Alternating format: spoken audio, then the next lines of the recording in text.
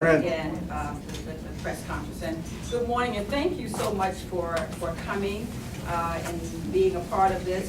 This is for us, many of us, a historic moment, as they're standing behind me or standing beside me are certainly legislators and then community organizers, as well as the National Coalition of 100 Black Women who are visiting the Capitol today. And we just wanted to pause a moment because so much of what we're doing at the General Assembly affects our community across this Commonwealth.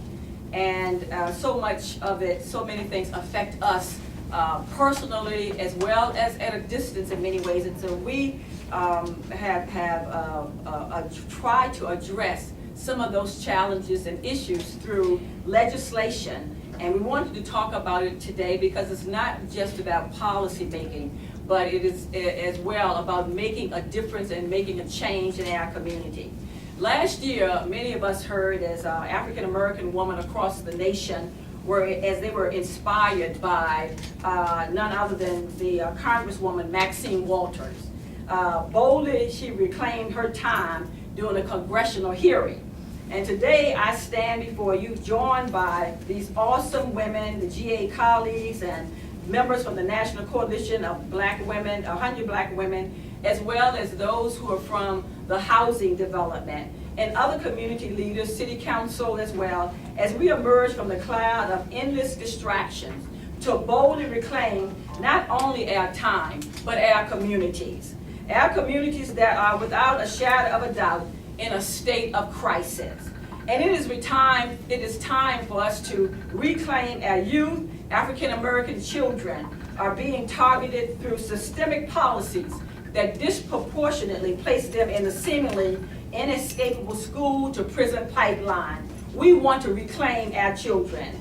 It is time to boldly reclaim our families that are being attacked by policies that are proven to perpetuate generational poverty and limited opportunities. Policies where it is all too easy to be branded a felon and all too hard to get a second chance to sustainable employment. Policies that penalize instead of uplifting the ambitious soul trying to get on his or her feet by cutting off needed support.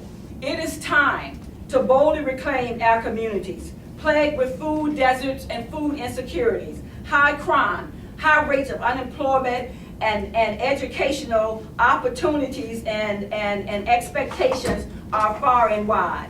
While the White House may brag about 6.1% unemployment rate among African Americans, that's still 6.1%. Too many of our brothers and sisters without jobs or working multiple jobs just to make ends meet.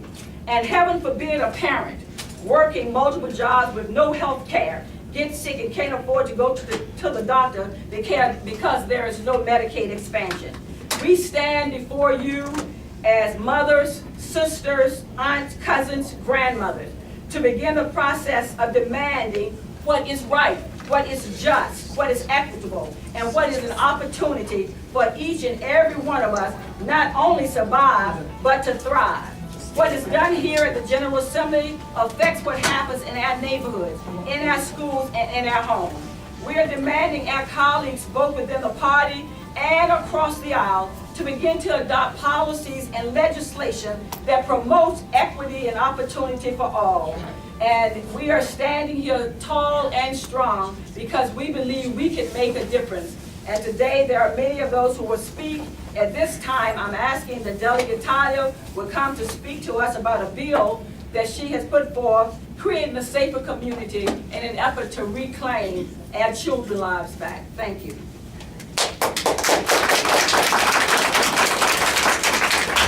Good morning, and thank you for coming out to the press conference this morning.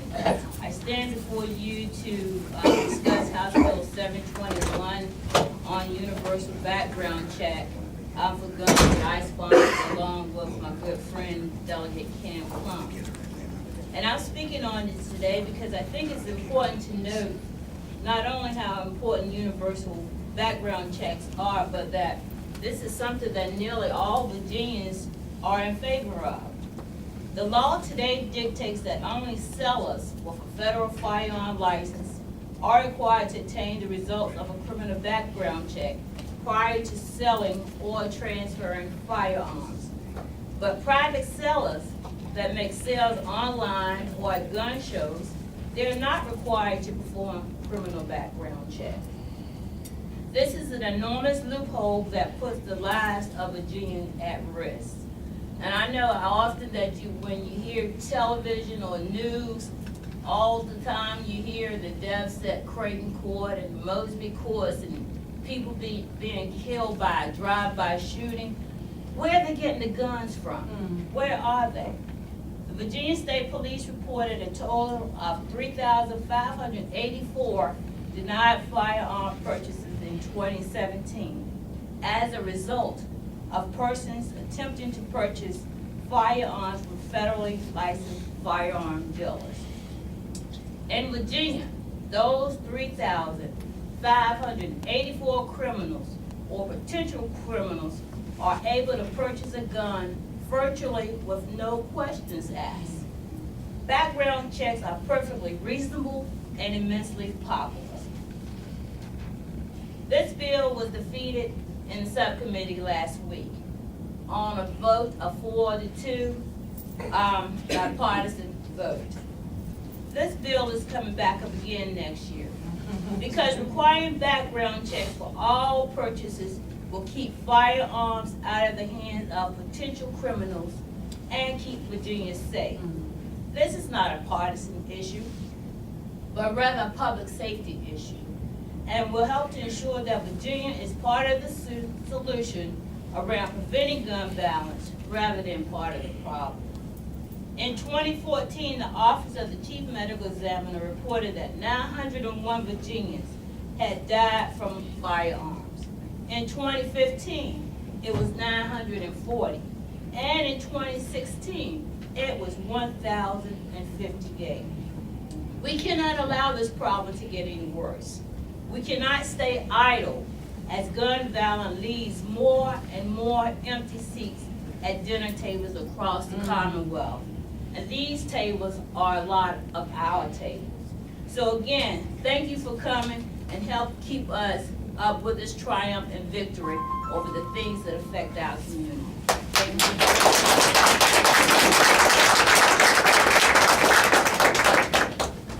Thank you, Delegate Tyler. Delegate Tyler has to leave, and we're going to allow her to do that, to get into go keep up the good fight. All right.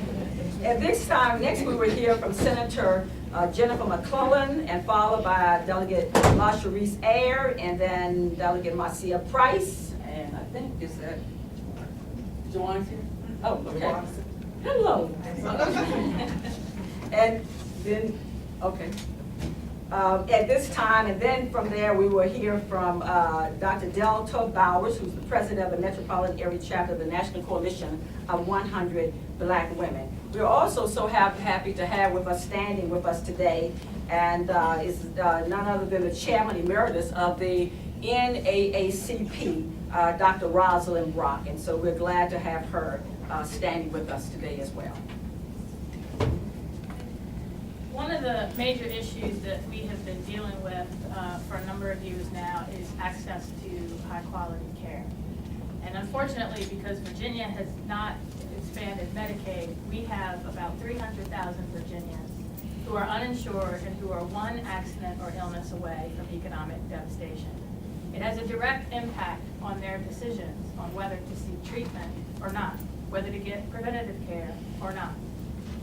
When they wait and go to the hospital, to the emergency room at their sickest, and they're more expensive to treat, we all pay.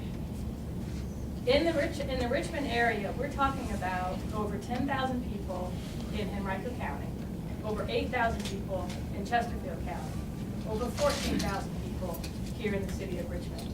They are working. They are the working poor who on an individual basis are making about $16,000 a year or $22,000 a year for a family of two. But they can't afford health insurance any other way. We all pay. We are paying taxpayer money to go to other states to pay for them to to provide health care coverage to their residents. We pay through higher premiums and higher health care costs as uncompensated care is spread out to everybody else. This is a moral issue. It is an economic issue. Too many of our families are forced to make a decision.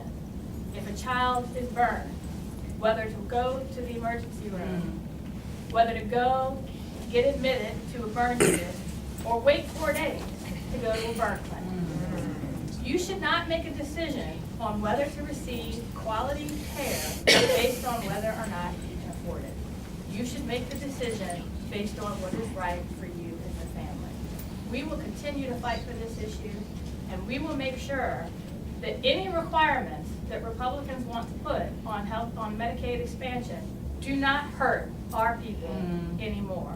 We will look very carefully at any work requirements to make sure you are not requiring those who can't work to do so. We will fight until we win. Right.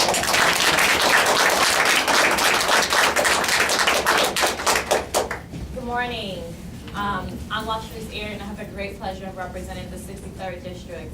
I'm so proud to join so many of these women to my left and my right because year after year, they've come to the General Assembly fighting for so many of these issues. And as Senator McClellan just said, they've been fighting long and hard to try and move the dial on exactly what we're here to talk about today, reclaiming our communities. And to me, you cannot reclaim your community if you don't start with education. I'm here to talk briefly about one of my budget amendments that's for almost $64 million, the at-risk add-on. Virginia has done not a great job at funding those hard-to-staff at-risk schools, those schools that have significant amounts of free and reduced lunch, and in our areas of consolidated poverty, not just in our urban areas, but also all around Virginia, even in the southwest corridors. If we do not provide our students with the resources that they need in the classroom, those wraparound services that are essential to our young boys and girls that might have additional challenges that they're carrying with them from their barriers at home, we will not be able to move the dial on getting more credentials, more degrees, more training in the hands of our children long term. If we don't pay for it right now, if we don't invest in it right now, we will pay for it later. And in addition to that, this funding will also help retain and recruit those teachers in those hard-to-staff schools. It's no secret that Virginia right now is experiencing a significant teacher shortage. And if we don't begin to invest and show our teachers that they matter, we will also pay for that on the back end. In addition to that, you cannot reclaim your community if you're not giving families and people access to jobs. I'm proud to be carrying Ban the Box this year, another bill that will just, if you are someone who's trying to recover your life from making a mistake in the past, then you be given a fair shot at employment. Right now, we've had an executive order in the past that has tried to accomplish this goal, but it's time to codify that language so that you know that Virginia, the Commonwealth supports you if you've made a mistake and you're trying to get back on your feet and be able to do what's best for your family. I'm proud to be standing with these women today, and whether we get it done this year or not, as was said by Senator McClellan, we will continue to fight for these issues that will reclaim our communities. Thank you.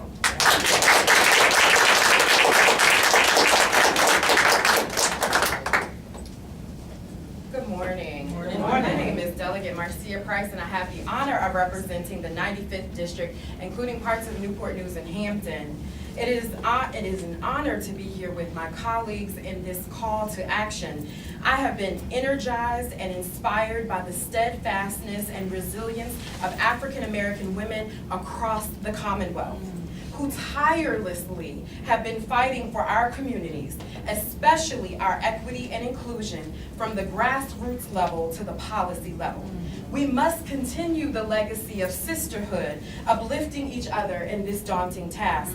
Black women from all walks of life must continue to work together so that we can advance our agenda to call out the disparities and hypocrisies in current policies. Our experience living at the intersection of race, class, and gender provides unique perspectives in conversations about disenfranchisement. We cannot continue to allow certain populations to be deprived of rights and privileges freely offered to others, and then in turn blame said populations for their resulting location in life. For example, we will continue to fight for voters and Virginia voices to be heard all the way through the recount process. We will continue to fight against obstacles being placed between the voter and the ballot box. We will continue to fight for the resources to protect our children so that they can not only survive, but thrive and live to carry out their dream. We will continue to fight for student loan reform so that the crushing burden of student loan debt will not prevent us from participating in what others know as generational wealth. We will continue to fight for access to affordable health care. Oppressive systems targeting Black and brown Virginians must end. Silence is not an option, and our legislation and the issues that we are fighting for would improve the lives in our community, but I offer that they would also improve the lives of all Virginians. We will continue to fight for what's right, and we call on our sisters to stand with us in this task of reclaiming our communities, especially from disenfranchisement.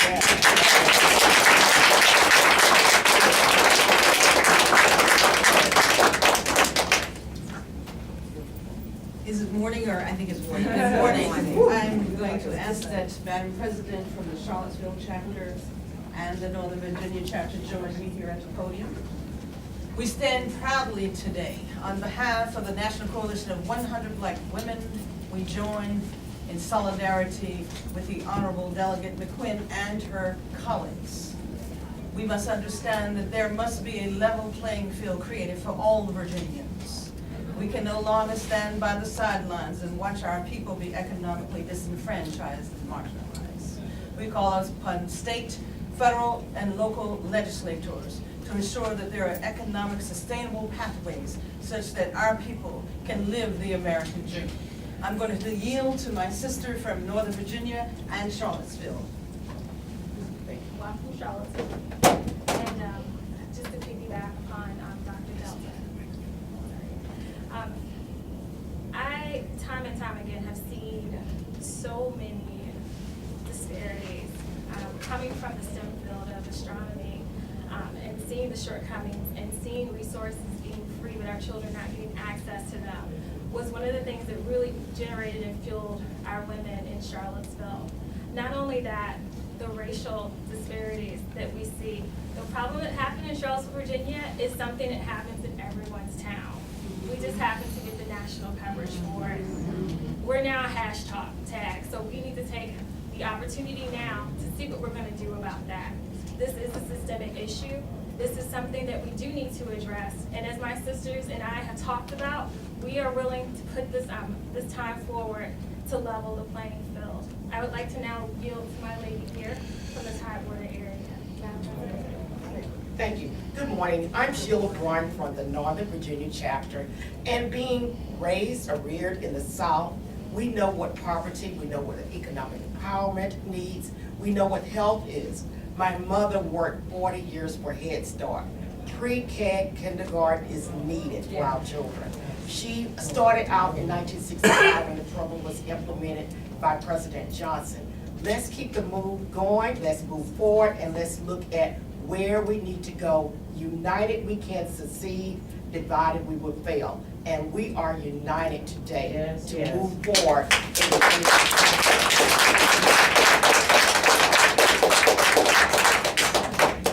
Good morning. I'm Rosalind Brock, Chairman Emeritus of the NAACP. I'm so proud and privileged to stand with my sister friends who are standing on behalf of our children, our families, across this nation and the Commonwealth, to say that although the time may be running out on this press conference, it is not running out on where people stand. We are serious about going out and mobilizing across our communities, because across the length and breadth of this nation, women, Black women, are standing up and showing themselves strong. And so that's why we are here with a coalition of 100 Black women and with the dynamic leadership of the Black women in the General Assembly, and especially to Delegate Dolores McQuinn for her leadership. And so we ask that we charge you to have your voices heard, because when you are silent, folks in the community think you are complicit and that all is well. Yeah. And we know that all is not well in our communities, particularly as it relates to education, healthcare, criminal justice, the economy, and employment in our nation. And so each of you, when you leave this place, you have a responsibility to go back and tell somebody, now is the time. Yes. Tomorrow is gone, but we have right now to move forward, because it can never be too late when we think about the future of our children. Yes. Particularly, that's why we say courage must not skip this generation. Yes. Who are we? We are black women, and we're standing strong, and we will continue to move forward in the fight for freedom, for justice, and equality for all. Trying